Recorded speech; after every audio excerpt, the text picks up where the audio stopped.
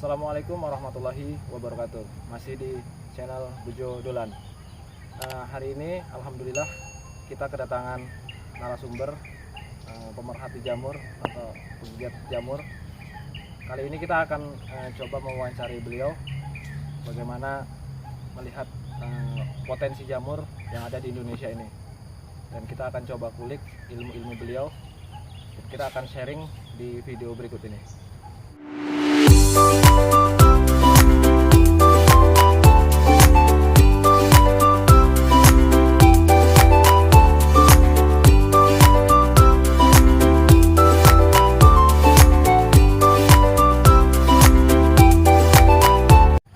Oke, baik, langsung saja.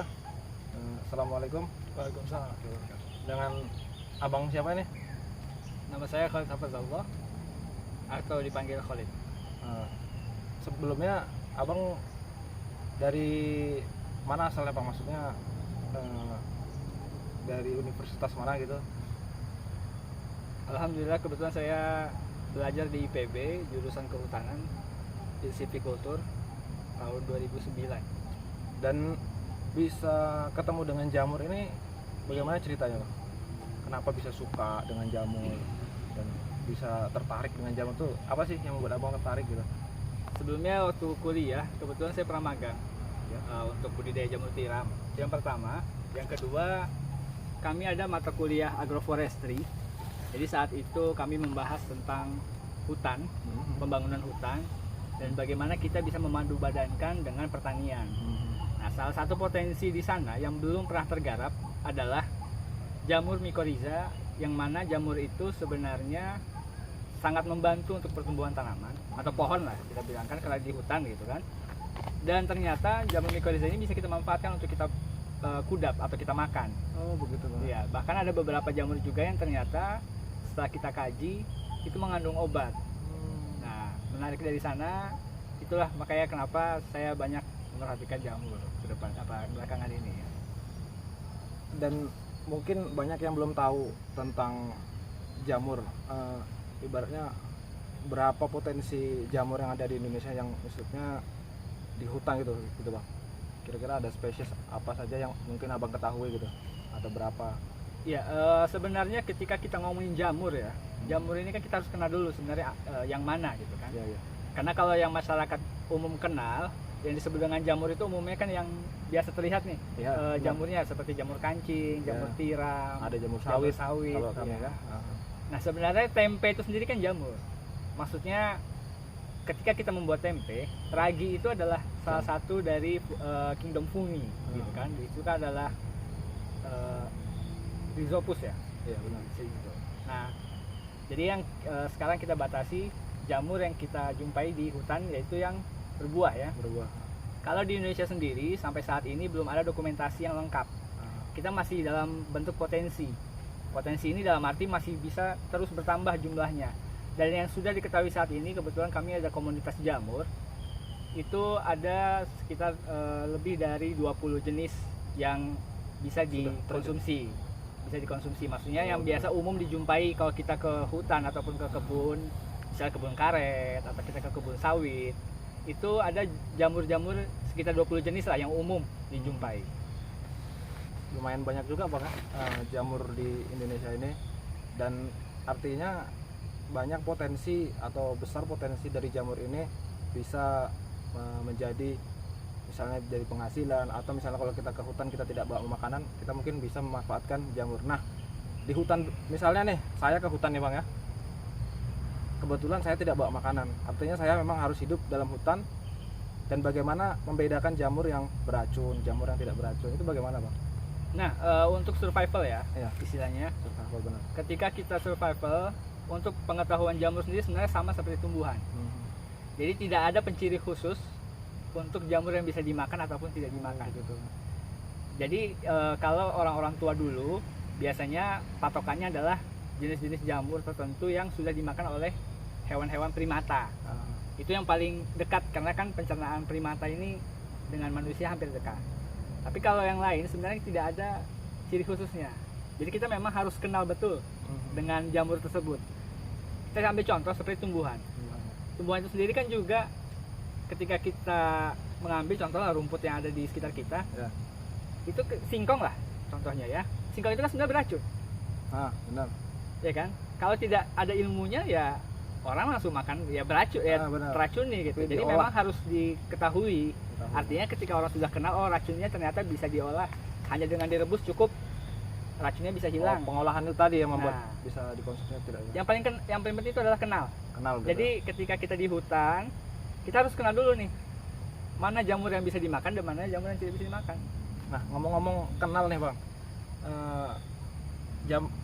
jamur jenis apa yang kira-kira bisa kita makan dan sering kita jumpai di hutan gitu? Yang paling umum itu adalah jamur sawit. Jamur sawit Bang. Kalau kita di Riau ini umumnya kan banyak kebun sawit, Ya, benar. kan? Nah, umumnya jamur-jamur yang ada di kebun sawit itu rata-rata bisa dimakan.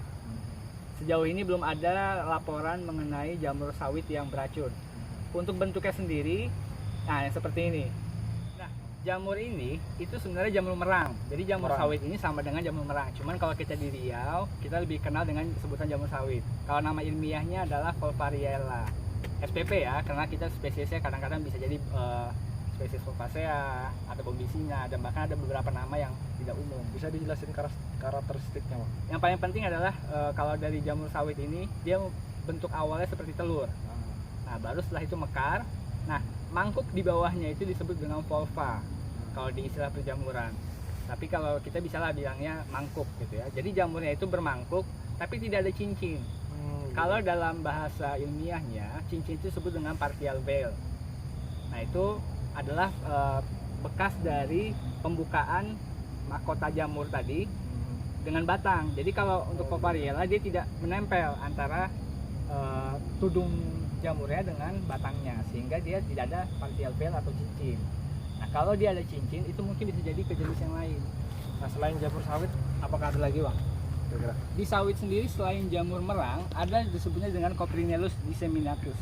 Itu jamur juga masih jamur sawit atau masih banyak bisa dijumpai di sawit. Dan itu jamur putih kecil, banyak bisa dilihat seperti ini. Jamur itu termasuk yang ya dibilang lezat sebenarnya nggak juga. Kalau jamur ini sebenarnya untuk rasa dia banyaknya justru di merang atau di kancing sama di tiram. Tapi tiram sendiri kan nggak terlalu rasa ya, nggak terlalu memberikan rasa gitu. Dan untuk jamur sendiri kan juga ada yang bisa sebagai tanaman obat gitu Bang. Nah, jamur juga jenis apa yang bisa untuk obat gitu? Kalau jamur yang buat obat, sebenarnya hampir semua jamur ada mengandung obat ya. Obatnya. Jadi hampir semua jamur itu sampai saat ini di dunia medis mengandung beta glukan sebutannya. Nah, beta glukan ini atau dia mengandung juga lemak tak jenuh. Selain dari itu, kan jamur ini termasuk protein. Jadi hampir semua tubuh jamur ini dia mengandung protein, dan protein ini semua baik untuk kesehatan kita. Yang lain lagi, biasanya kalau jamur yang mengandung obat ini umumnya di kayu. Yang paling terkenal itu kalau yang dari Cina, itu sebutannya lingzi. Oh ya, saya sering jumpa itu Bang. Itu biasanya jamurnya di kayu. Dan jamur ini di Indonesia sebenarnya jenisnya ada banyak kalau di bahasa ilmiah. Jadi saat ini kita baru kenal namanya Ganoderma lingzi. Itu tidak beracun Bang ya? Itu tidak beracun.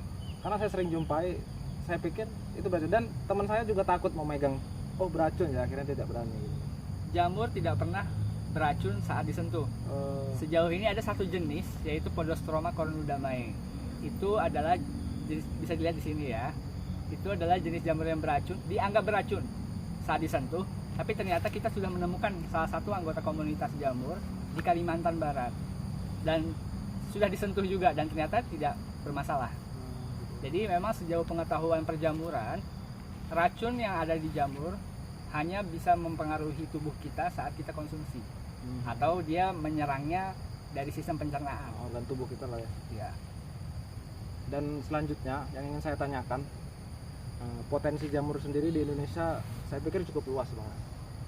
Dalam arti budidaya jamur di Indonesia, saya pikir belum banyak orang yang tertarik dengan jamur, budidaya jamur.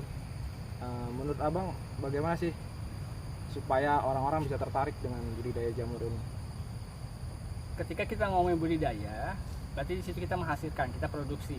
Ya. Dimana di situ tentu kita bicara dengan masalah pasar ya. Benar. Ketika kita bicara masalah pasar ya kita budayakan dulu. Kalau orang sudah senang dengan mengkonsumsi jamur, otomatis pasar berkembang, kebutuhan meningkat. Nah, ketika kebutuhan untuk jamur ini meningkat, otomatis kita butuh produksi. Gitu. Disitulah baru budidaya jamur akan meningkat. Meningkat banget. Tapi kalau dari kitanya sendiri belum hobi atau belum suka makan jamur, ya budidaya akan seperti itu aja gitu. Sampai saat ini kan kita masih bisa bilang untuk skala kecil ya kalau di Indonesia gitu. Walaupun sebenarnya di India, Cina, Thailand, Korea dan Asia Timur ya umumnya itu memang mereka adalah produsen jamur terbesar. Bahkan jamur yang ada di pasaran kita saat ini kebanyakan kita impor dari mereka. Oh, diimpor banget. Iya. Contoh seperti jamur salju kalau tahu. Itu dibuat apa Bang sama mereka? Apakah dalam bentuk cemilan atau makanan? Itu bisa kita masak seperti masak capcay atau sayur bening. Umumnya untuk yang vegetarian mereka akan mendapatkan protein dari jamur. Dan mungkin setelah melihat video ini orang akan bisa berpikir lagi tentang budidaya jamur, dan saya ingin menanyakan lagi jamur, bagaimana sih orang-orang tuh bisa mengetahui jamur yang bagus dan benar. Mungkin tim abang ada sebuah buku atau apa gitu yang bisa membantu orang-orang mengidentifikasi jamur tersebut gitu Bang. Untuk buku alhamdulillah kami sudah menulis 1 buah, yaitu catatan komunitas jamur. Semoga nanti kedepannya bisa kami rangkum lagi untuk update jamur-jamur yang bisa dikonsumsi. Bisa dilihat. Berarti udah mau terbit yang kedua nih Bang? Insya Allah. Masya Allah. Insya Allah kita akan terus mendukung jamur tersebut dalam bentuk pembukuan. Wawancara kita dengan Bang Khalid tentang dunia jamur.